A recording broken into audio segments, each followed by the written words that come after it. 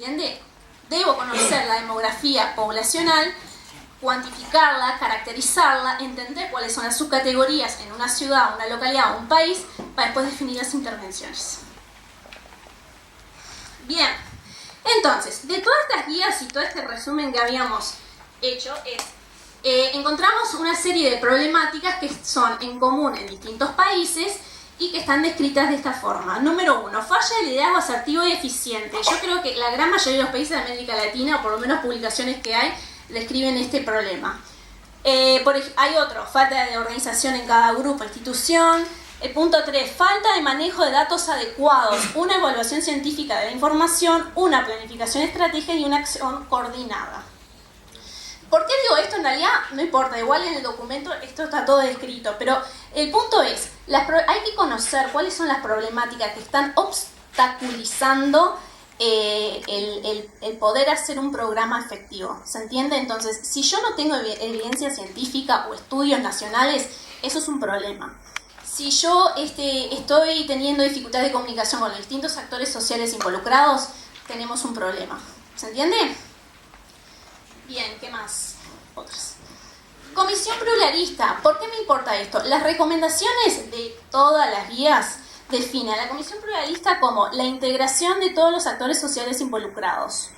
Entonces esto es desde las municipalidades, el servicio público veterinario, el servicio privado veterinario, la academia, los medios, los ciudadanos, las organizaciones de bienestar animal. Es decir, para una buena gestión, la comisión pluralista tiene que estar y todos los actores sociales deben estar representados y por lo menos lograr una buena comunicación.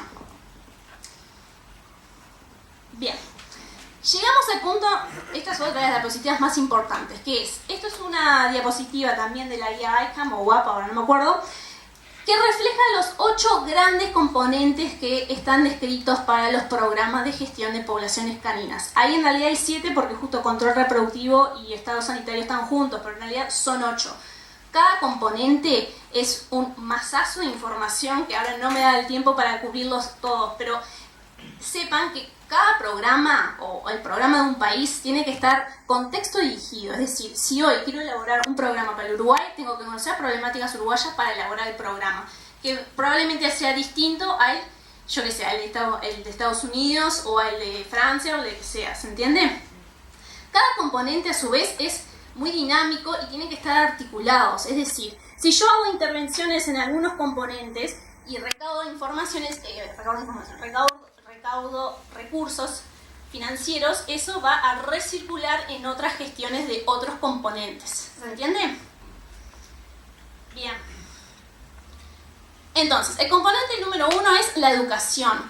No hay programa en el mundo exitoso que no tenga este componente incorporado. Y esto creo que es uno de los conceptos más grandes que obtuvimos de la revisión. Sin educación no hay gestión exitosa en ningún lado, ni comprobado ni de nada. ¿Qué tiene que ser? ¿Qué se recomienda? Cuando hablamos de educación no es un plan de educación en una escuela, en un liceo y demás, sino que primero hablamos de una capacitación. ¿De quiénes? De todos los actores sociales que estamos involucrados, desde lo más arriba hasta la primera línea de trabajo, que pueden ser los veterinarios, los adiestradores, los paseadores. ¿Se entiende? Es decir, una buena gestión es la capacitación de todos los que estamos involucrados en esto. ¿Qué se recomienda? Bueno, primero es un plan central de educación y de ahí seguir bajando a descentralizar. Pero si yo no tengo un plan estratégico educativo central, difícilmente sea efectivo. ¿Se entiende? Porque lo que se ha visto es que al ser distintos lugares, o cada municipio, o cada provincia, o lo que sea, cada estado hace distintas estrategias educativas, en realidad hace a la heterogeneidad de las prácticas. Entonces, la educación viene de arriba, plan central, y de ahí se va bajando. Y todos los actores sociales que estamos involucrados estemos capacitados. O el uso de los medios de comunicación masivos, darle prioridad a eso. Ahí no lo puse, pero en realidad el tamaño poblacional canino está determinado por 5 grandes factores. 1 es la tenencia responsable. 2, las actitudes y el comportamiento humano. Capacidad de carga del ambiente, acceso a recursos y la capacidad reproductiva de la población. ¿Por qué digo esto? Porque en realidad los factores principales que determinan la población canina y el tamaño están en los componentes educativos, actitud y comportamiento humano y tenencia responsable. este componente, insisto, y hago mucho énfasis, hay que trabajarlo mucho a través de intervenciones a corto, mediano y largo plazo. El efecto es a largo plazo, pero hay intervenciones a corto plazo. Por ejemplo, si yo tengo en un lugar donde la percepción, la población no entiende que hay que castrar, yo voy, pongo un camión de castración y la gente no castra, pero se observa la necesidad de castrar, entonces el problema que está pasando ahí es que las personas no están comprendiendo la necesidad de castrar. Entonces, ¿qué se recomienda en ese caso? Un periodo de sensibilización y una intervención educativa primero. ¿Se entiende? Y esas son intervenciones educativas a corto plazo, corto mediano. ¿Sí? Otra cosa, la percepción cultural del animal en un país es fundamental, porque si yo no comprendo esto, no voy a entender cómo hacer las intervenciones posteriores. Entonces, estudios ecológicos directos, antropológicos, sobre la cultura, la creencia, son necesarios para después hacer estas intervenciones educativas. Porque en definitiva, yo las intervenciones las voy a hacer según las problemáticas y las necesidades de la población. Control reproductivo. Bien, componente discutido. ¿Por qué? Porque hay muchas experiencias que han arrojado distintos resultados. Han habido experiencias en donde se hace castración y en realidad la población ha quedado igual o en aumento. Entonces, el control reproductivo sí es importante, sí se recomienda, sobre todo en el país de América Latina, donde la población es grande, pero, bueno, por ejemplo, en Europa en realidad no es el componente principal después de la educación, de hecho es el registro de identificación. ¿Por qué digo esto? Porque es importante tenerlo en cuenta y saber utilizarlo, y usarlo en la oportunidad adecuada. Bien, la esterilización quirúrgica es la opción hasta hoy la más confiable, la más utilizada. Hay otras esterilizaciones que son la física, la química, además, en realidad a nivel de manejo de población no han tenido mucha evidencia para uso. Entonces, la esterilización quirúrgica sigue siendo la recomendación mayor. Cuando se realizan las esterilizaciones quirúrgicas, se hace muchísimo hincapié en que se tienen que dar ciertas condiciones, que son la asepsia, la analgesia, la anestesia y la capacitación veterinaria. Sin cumplimiento de esos requisitos, difícilmente se puede hacer una medida. Esto insisto porque está reflejado en todas las guías. Hay que priorizar la calidad y no por ser menos recursos, porque en costo-beneficio se cuenta mucho esto, pero no la disminución de la calidad de la gestión. ¿Se entiende? Entonces, hay un ejemplo de la FAO que dice, bueno, si yo tengo que cubrir el territorio con 10 camiones, pero van a ser incompletos, priorizemos 3 camiones en los cuales yo voy a completar la calidad de esos camiones y después voy a hacer una gestión, una intervención. ¿Se entiende esto? Es importante porque, de hecho, garantizar el estado sanitario y bienestar animal es importante. Bien, bueno, ¿qué tener en cuenta cuando voy a hacer control reproductivo? ¿Qué mecanismo voy a utilizar? ¿Cuál es la proporción de perros que quiero castrar? Es decir, ¿cuál es mi objetivo? ¿Voy a disminuir la población? ¿Voy a mantenerla? ¿Quiero complementar con un programa de prevención primaria? Digo, primero saber qué es lo que quiero hacer para después hacerlo. Diferentes modalidades en los programas de esterilización. Existen 3 grandes modalidades descritas, que son los programas CNR, que son Capture, Nurture y Return. De la traducción sería programas de capturar, castrar y liberar. Estos programas, si bien han sido bastante criticados, hay toda una serie de condiciones que si se cumplen, y mi objetivo es mantener la población canina en un lugar, por ejemplo, porque tengo un alto porcentaje de población de perros comunitarios, en realidad han sido efectivas. Entonces, ¿cuál es el mensaje? Según lo que yo quiero hacer, es la gestión que voy a hacer.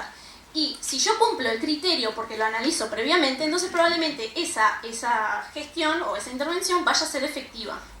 Se tienen que cumplir ciertas condiciones. Por ejemplo, no voy a entrar en detalle, pero una muy importante es el concebir a las personas, entender que los perros pueden andar sueltos, porque si yo voy y los libero castrados, pero después lo atropella un auto, la persona mata porque le molesta, entonces no sería efectiva esa intervención.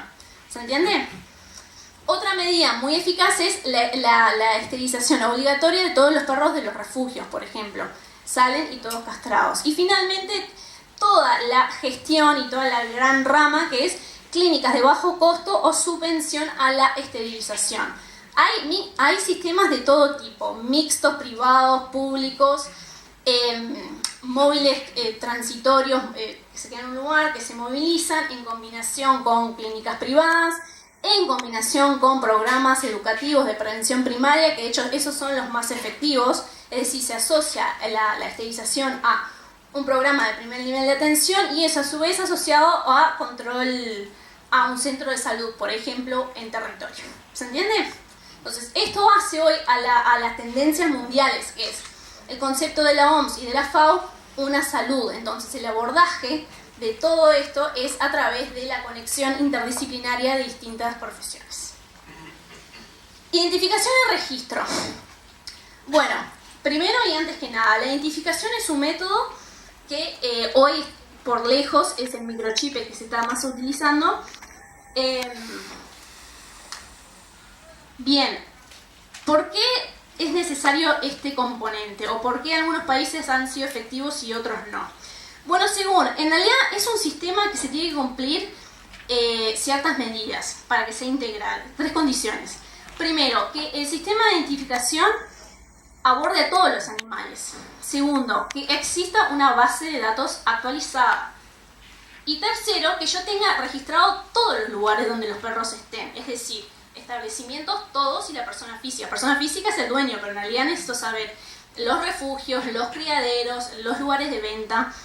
Entonces, ¿por qué es importante este componente? Voy a hacer hincapié, porque el potencial que tiene esta herramienta bien utilizada es gigante, que de hecho en Europa es el segundo componente, después de la educación, más efectivo en la gestión de poblaciones caninas. Entonces, porque básicamente, ¿qué significa? Yo obtengo el código de un perro, que eso es un número, y eso lo pasa a una base de datos. En esa base de datos yo puedo cargar todo tipo de información que quiera.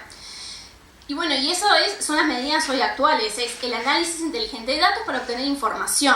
Yo puedo cargar la información que quiera, puedo diferenciar si ese perro que está cargado está vacunado o no vacunado, si está castrado o no castrado, si está adoptado, si fue obtenido en un criadero.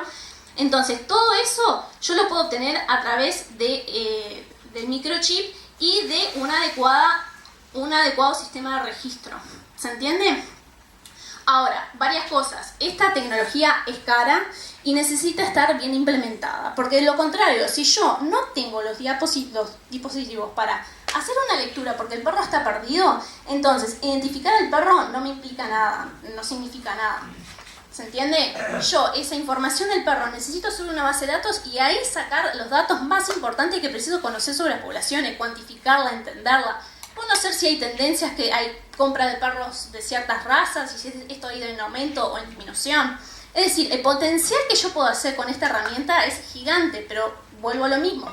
Necesito entender también que es una tecnología cara y que un factor importante, muy estudiado, es el no comprender la población de su efectividad y su potencial.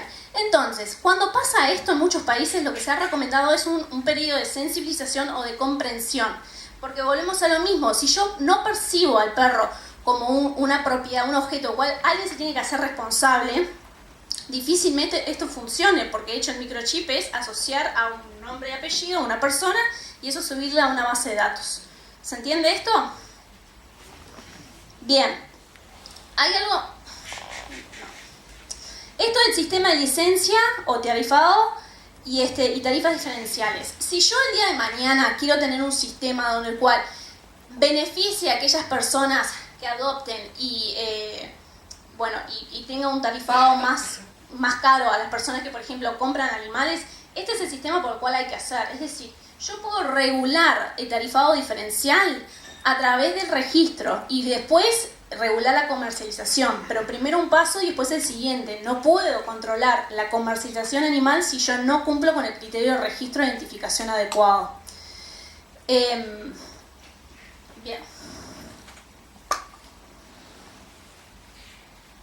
Legislación. La legislación es el marco legal por el cual nosotros nos podemos mover. Si yo no tengo esto, entonces no se puede hacer ninguna medida, ninguna de las anteriores. ¿Sobre qué hay que legislar? Sobre básicamente todas las intervenciones educativas que quiero hacer y que quiero obligar. Si voy a hacer un sistema de registro de identificación, esto tiene que estar en la ley y la sanción por el incumplimiento es importante para la gestión de estas medidas. De lo contrario, estamos poniendo en una ley algo que no se podría cumplir, difícilmente se pueda llevar a la práctica. Mantenimiento de instalaciones y centros de reubicación y adopción.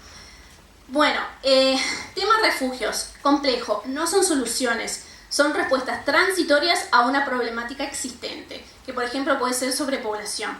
Cuando hablamos de refugios, el gran tema acá es el abandono animal. El abandono animal tiene que ser estudiado, porque, por ejemplo, en Estados Unidos en el año 95 se había comprobado 3 grandes factores que intervienen en la dinámica de abandono, que es primero el problema de comportamiento, segundo el problema de identificación por perdidos y tercero una mala percepción del perro adulto. Entonces, a partir de que yo conozco por qué la gente abandona a los perros o por qué no comprende que el perro tiene una vida de aproximadamente 10 a 15 años y que eso hay que hacerse responsable desde el día 1, todas estas cosas hay que estudiarlas porque es al hecho de que las problemáticas vienen asociadas a porque no podemos abordar los problemas que son la causa de esto. ¿Se entiende?